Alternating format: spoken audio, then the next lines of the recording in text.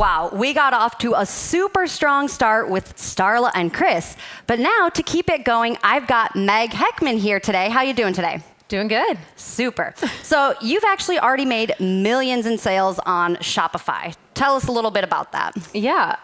Over the last 4.5 years, I've been selling print-on-demand apparel specifically, mostly T-shirts. And over that time, I've been able to generate over $6.5 million in Shopify sales.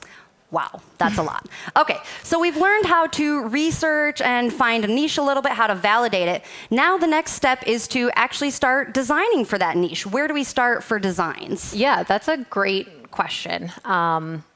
You should definitely start with what I say is market research, which I'm sure Chris and Starla just talked about on the last chat, but this is going to continue throughout your print-on-demand journey. We're not going to just create 20 designs and call it a day. We're going to continue doing this market research every time we are getting ready to create brand new designs. So how exactly do we do this research?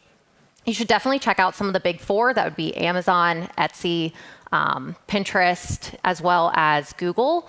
Just doing simple searches and see what's actually selling within your niche. So you want to see what types of designs are selling in that niche, what designs aren't selling in that niche, and then looking in general at the type of product that you're going to sell. So specifically, I've sold T-shirts. So for example, if you're looking to start with graphic T-shirts, I would look at graphic T-shirts as a whole and see what's selling across every single niche. What types of designs or kind of key aspects can we pick up and just see if we can emulate that kind of style into our own designs. And as we're doing this, we're really going to want to just get inspiration from this.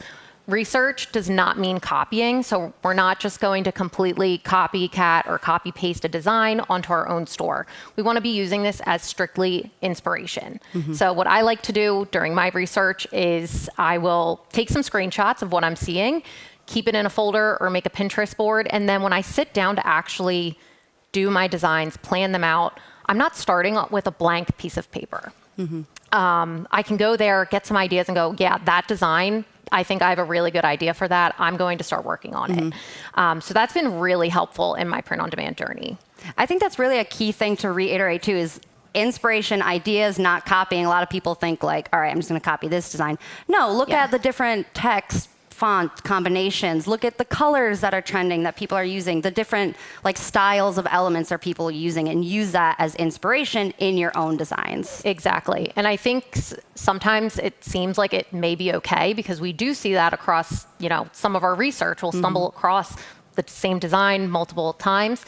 But it definitely isn't. You open yourself up for some sticky situations, so we would rather just completely avoid that. Definitely. So where are we looking for these ideas of, oh shoot, I'm going backwards. Okay, you've gotten some inspiration, you've found some trends, the colors you want to use. Yes. How can we actually go about now creating designs, or where can we get designs? Yes, so you can start, there's 3 different ways that we can actually start generating designs. The first would be making them ourselves. So using something like Canva or Photoshop. We can draw them kind of out on paper and try to bring them to life, on a computer. That's going to be your cheapest option. The next thing that we can use are AI tools to help design or even buy designs online. So you can use stuff like MidJourney. You could use Mystic POD. There's definitely lots of stuff that's out there. And it's becoming easier and easier to create designs, which is amazing for the print-on-demand space. I think AI, too, is actually good for inspiration. Maybe you don't want to use the AI design exactly as it is, but you're having a hard time getting your idea onto a product. Okay, you put it into AI, and then it can kind of put some elements together for you. Yes, absolutely. And then the third option that we have is actually hiring a designer. And this is going to be the most priciest way to generate designs. But if you're somebody who's really struggling to get your ideas out there, it can be a great tool to utilize. Yeah, definitely. And if you have not joined the Printify Amplified community yet, we do have discounts for both Adobe Express. You can get started there 2 months free with the premium, and Fiverr. So go check that out, printify.com/amplified if you have not. We can then get into what kind of makes a design okay versus a great design. And I think this is really important to start to pick up some of those key aspects of, things that are making a design really great versus ones that we kind of would rather avoid. Yeah, so we're actually going to share a screen here, and we're going to kind of start training your eyes a little bit to see what sells, what might not be so good. So the first tool I actually have pulled up here is going to be one of the easiest and free tools in your Printify account. This is our product creator. And so you can actually see the different options we have for design. You can upload your own design. You can actually use an AI image here, create your own. You can add text. If you have existing designs in your library. We actually also have a free graphics library with tons of different graphics for you to use. And you can also access Shutterstock. They've got tons of different patterns, icons, and you only pay for those after your customer buys the product. And of course, you can access Fiverr right from your Printify account. Okay, let's now take a look at this design, and we're gonna see actually what it looks like on the t-shirt. By previewing it here, we can get a nice mock-up photo. So Meg, what do you think of this t-shirt, this design? Good, bad, okay? Overall, I think, I would avoid trying to do a design like this. Specifically, you have a big square right there on your chest. It's taking up a lot of space. And I'm sure everybody at home probably has a graphic t-shirt, and you wouldn't want a whole big print right there on your chest. So kind of, I would remove the background, try to get some of the negative space from the white t-shirt kind of popping through. I think that would really improve a design like this. Yeah, and you'll notice among your research too that a lot of designs, most designs will have a transparent background. It's not going to be that big blocky design. Okay, so let's improve this kind of sunset mountain a little bit more. What do you think of this design? Overall, I think we're trending in a good direction. So I like that the background has been removed. That design is really popping and standing off on that shirt. The colors are very vibrant. But looking at, you can tell that there's very small details within that mountain range. So I would almost try to simplify it a little bit more, whether that be like a cartoon type of design or like a simple line art, avoiding too much detail to keep it similar to the types of graphic designs that we see everybody walking down the street with. So let's actually take a look at what that could look like. Now, this is a great design. Why? I think this one's great because of the fact you still get details that it's a mountain. It's not just a big block of one color, but at the same time, it's not too overwhelming on the eye. It's not too detailed that it's like drawing any kind of negative attention to somebody's chest. So overall, I think this design is absolutely great, and this is a style that I think people can easily emulate. I would say the colors on this one, they kind of stand out a bit more to me as well. They're not kind of the good design. It was a little bit more blended together, a little bit more subtle. So here it's kind of a bit brighter. Yes. Okay, let's keep training our eyes, and we're going to look at a few more examples actually. So this next one, Stay Wild. We've got a bad design, we've got an okay one, and a great one. Why is the bad one not so good? I'm going to say it's not looking great because of the fact that the wolf is covering that W. And I think the text is almost too close together. The Y of that stay almost hits the top of the D. So it's not super clear to the eye exactly what the design is trying to get across. Right. So overall, I would say avoid doing something like this. The one in the middle, the Stay Wild one, I like that the text pops out a little bit more. The W is a little off. I know that this is generated with AI, but as you can see, it's really tiny in the middle of the shirt, that wolf. And I think the wolf is supposed to be a main part of this design.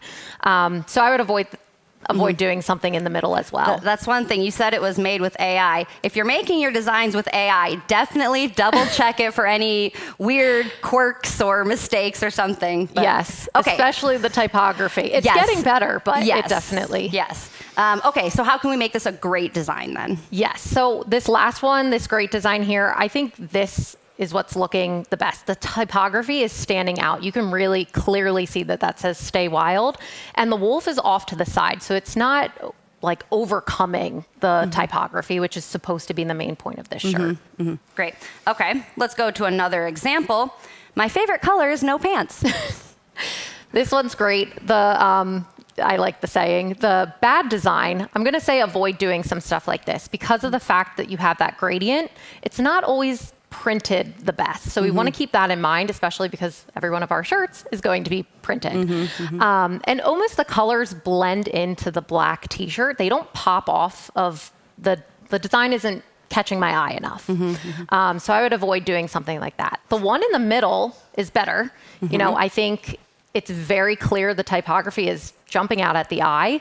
You can tell at the top, AI got a little crazy with the lettering. But if you compare it to the great design, I like how the negative space, you can see the black t-shirt coming through those letters, and that just adds, like, upgrades the level of your print. Yeah. And for those of you who may not know, negative space, we're referring to kind of those parts of the design where there is no design. There's no element, no text, nothing. It's just blank space. Exactly. Okay, let's keep training here. We've got a few more. The tempo is what I say it is. Yeah, so this OK design, it looks great, but really I would want that text to jump out more. So that's why this great design, I think overall is looking a lot better, just because the text is nice and big, it's clearly getting the point across. And the drum set, there are details, but it's not as detailed as the OK design. And I say, too, with the actual phrase itself, the tempo is what I say it is. It's more announced on that great design. You know, it kind of emphasizes I say what it is. Absolutely. I like that. All right, moving on. So this next design, the I need space, it's bringing up that first design again. You can see that first OK design has that big block of just print. And that's definitely something that we want to avoid in the print on demand space. I like how the second one, it completely is blended in with the t-shirt. That t-shirt color is coming through the design, which is just an upgrade to your print. And it's still getting the same message across. And I think a little less detail is nice on this design than all of the detail that's on that OK print. Yeah, exactly. And this isn't, we keep saying the blocky is not good. This isn't to say it won't sell. Again, it really depends on your audience, the niche, what they're looking for. Some might find it quite stylish and want that design. So again, really got to do your research there. Yeah, absolutely. All right, let's look at another one. We've got Popsaurus. Yes. So overall, this OK design, I don't look at it and go like, oh, that is bad. I think overall the design is pretty good. I like that, the text is nice and clear. You can tell it's a dinosaur. But comparing it to the great design, I think when we think dinosaur, we always think of a T-Rex. I don't know. That just always is what pops in my head. So, changing it to a T-Rex and then using typography that's really going to stand out and it grabs like the user's attention. Yeah, I get from that great design, I get kind of Jurassic Park vibes, and I think I automatically associate T-Rex. It's one of my all-time favorite movies. I would buy that.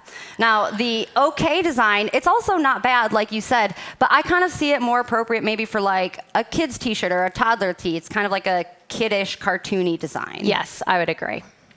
All right, we've got another one, the Year of the Rooster. Yes, so kind of coming right off of that last design, looked a little kiddish. I think this OK design is kind of pulling more of an adolescent type of vibe versus the great design. The design is a little too cartoonish for me, not saying that it can't work, but really the only text that's jumping off on that OK shirt is rooster. And really we want all of the text kind of getting some spotlight, which I think the great design does a excellent job of showing that. You can tell Year of the Rooster, and then smaller down at the bottom, you can see, all of the things that make up somebody who is born in the Year of the Rooster. So I think the great design really just takes a step up from that OK design. And I think if you're going to have a design that has lots of text, you want to make sure that all of the text is readable, right? And emphasize those most important pieces. Year of the Rooster. Okay, I'm intrigued. Let's go read the rest of it. Yeah, absolutely. Okay, now we've got one about rum and booty. Yes.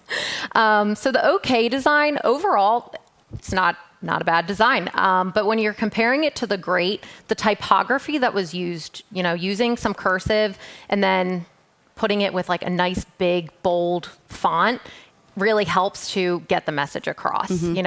I think overall, this design just catches the eye more from the parrot off to the side as well as the typography. Yeah, that's another great tip. If you're going to have a lot of text, try to use different types of fonts and pair them accordingly to emphasize the right things. And I will say myself, Adobe Express, actually, their font tool, their text tool is super cool. They do auto-recommended font pairings. And in our next session, you'll actually kind of see a bit more in Adobe Express. But it's super cool if you don't have a design eye like I do, especially with fonts. It's a really, really useful tool. All right, we've got one more design here. So looking at this design, the one that's okay to me is just a little too cartoonish. You know, I like that the background is removed. I like that the design is popping off of that shirt. But overall, the one on the right side, the gray shirt, is just standing out to me. It looks a little bit more like a real record than necessarily one that's too cartoonish. And I like that, you know, you can see that red is kind of throughout the design, which is always going to catch the eye more than just having red in one single area. We keep kind of bashing cartoonish here. We're not saying cartoon designs are bad, but again, it depends on the tastes of your audience, maybe Absolutely. the niche. So you will train your eye after a while. You keep doing your research and you'll figure out, okay, this actually does work for my niche, it doesn't. And your customers, they'll tell you, you know, if they're not buying, well, maybe we need to reevaluate here. Yes. All right, let's slowly wrap it up here. Meg, if there is one absolute important thing to take away from this session specifically, what do you got? I think overall, I'm going to, you know, share with everybody that your designs are really what makes us stand out. I think there's, you know, a misperception of, you know, we're selling t-shirts and that's my product. But when it comes to print on demand, your product is truly that graphic design, whether that be on mugs or on bags. So really just honing in on how am I going to create the best designs within my niche or to stand out on Etsy. You know, it doesn't matter where we're selling. The point is we need to have the best designs. Exactly. And, you know, we're going to be honest here, your very first design probably will not be the best. That's very normal. We've all been through it. You know, as long as you keep kind of practicing, finding those trends, key elements, every single design is really going to get better. Yes. And I think there's one thing too, I call it the hard to swallow pill. You might make a design that you are obsessed with, you love it, you would wear it on everything, but it gets no sales. People are ignoring it, no views, no visits. Yeah, and you know what, Leah, I know that way too well because that was actually my first Shopify store. When I was getting started, I simply went out and picked designs. I was like, oh, I love that. I would wear that. And that's pretty much what my first Shopify store was, just designs that Meg liked. And I found out really quickly that not many people like the same designs that I like. So I learned the hard way that, you know, it's really good to focus on a niche, do the research within that niche, and that can be a total game changer. Yeah, so when that inevitably happens to you, probably don't take it personally, just improve the next designs.